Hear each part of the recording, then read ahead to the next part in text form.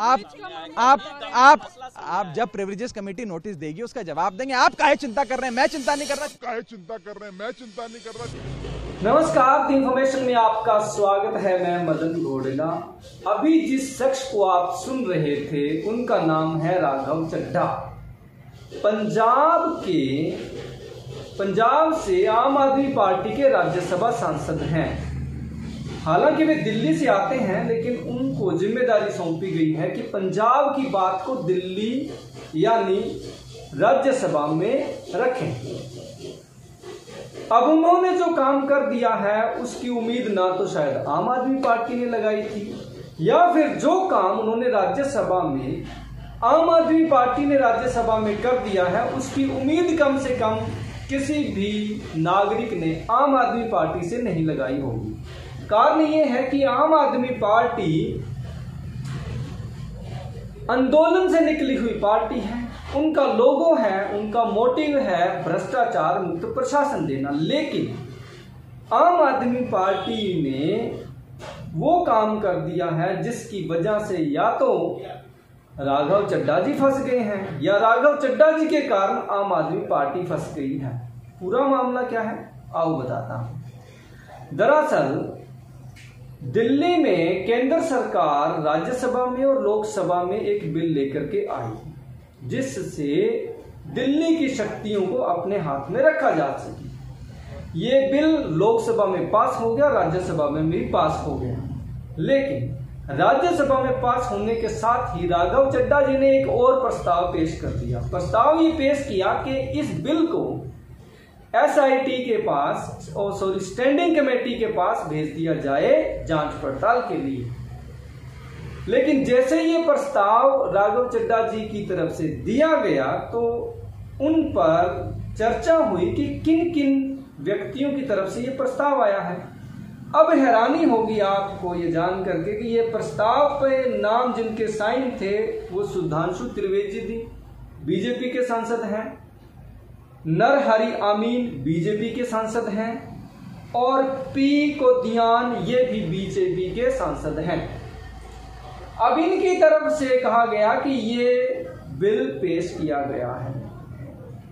आप अंदाजा लगा सकते हैं। दो सांसद और हैं, बीजेडी के सांसद हैं सुस्मित पात्रा और AIDMK के सांसद हैं M थामी दुर्रई।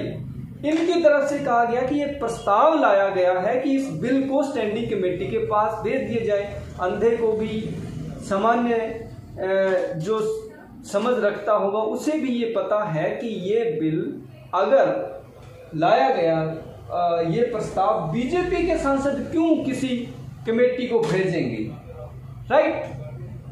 लेकिन राघव चड्ढा जी उन्होंने पेश कर दिया तो वह शोर मच गया, क्योंकि नरहरि आमीन जी ने तभी एतराज दर्ज कर दिया कि मेरा तो कोई साइन ही नहीं है, मैं तो ये प्रस्ताव लेकर ही नहीं आया। तो फिर ये पूछा गया कि ये प्रस्ताव किसकी तरफ से है, तो माननीय गृह मंत्री जी खड़े हुए, उन्होंने कहा कि दोनों सांसद जो ये कह रहे हैं कि हमारी तरफ से ये प्रस्ताव नहीं आया है, इसको गंभीरता से लिया जाए और इसकी जांच करवाई जाए।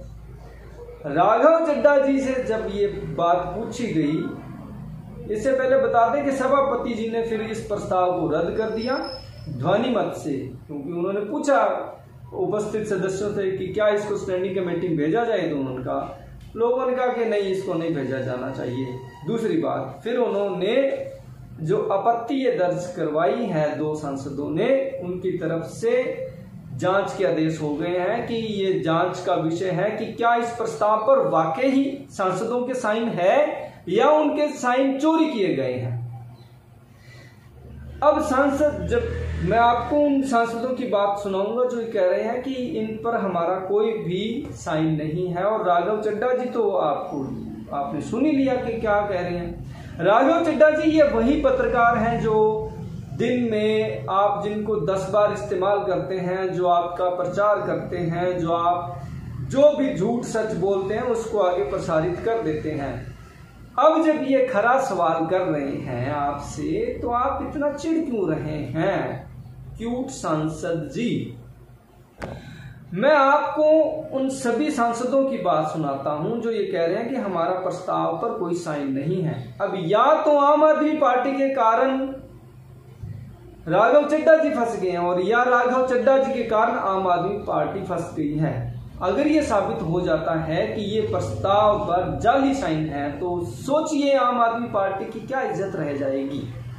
सुनिए पहले सांसदों के बयान। सिलेक्ट कमेटी में मेरा नाम रखा, मेरी कोई उससे बात नहीं हुई है, मैंने कोई साइन नहीं की है, एक गलत किया है उसने और मैंने स्पीकर को भी बता दिया कि मेरा नाम उसने गलत रखा है। मैंने कोई सिलेक्ट कमेटी में उसको मंजूरी नहीं दी है और उस पर जरूरी एक्शन भी लेना चाहिए, वो भी हमने बता दिया है। जब हाउस चल रहा था उस वक्त अचानक जो रेजोल्यूशंस मूव किए जा रहे थे तो एक रेजोल्यूशन था which was being moved by honourable Shri Raghav Chadha ji और अचानक उस रेजोल्यूशन में मेरा नाम फीचर कर रहा था। मेरे सुनने में आया तो तुरंत मैंने चेयर का ध्यान आकर्षण किया और मैंने कहा अंडर रूल 72(2) अगर मेरा नाम उस कमेटी में डाला गया है तो मेरे लिए प्रायर कंसेंट लेना चाहिए था। तो विदाउट टेकिंग प्रायर कंसेंट मेरा नाम उसमें डाला नहीं जा सकता। That is not part of the rules and procedures of house. ये मुद्दा सुप्रीम कोर्ट के विचाराधीन आया। 2018 में संवैधानिक पीठ ने अरविंद केजरीवाल के हक में निर्णय दिया। 2023 में संवैधानिक पीठ ने अरविंद केजरीवाल के हक में फैसला दिया और इस बार भी अब जो third round of judicial scrutiny बना है इसकी संवैधानिक पीठ जो है यह भी मेरा विश्वास है कि अरविंद केजरीवाल के और लोकतंत्र के हक में फैसला देगी। मैं जैसा कि मैंने कहा आप जब प्रिविलेजेस कमेटी नोटिस देगी उसका जवाब देंगे। आप काहे चिंता कर रहे हैं? मैं चिंता नहीं कर रहा, चिंता आपको।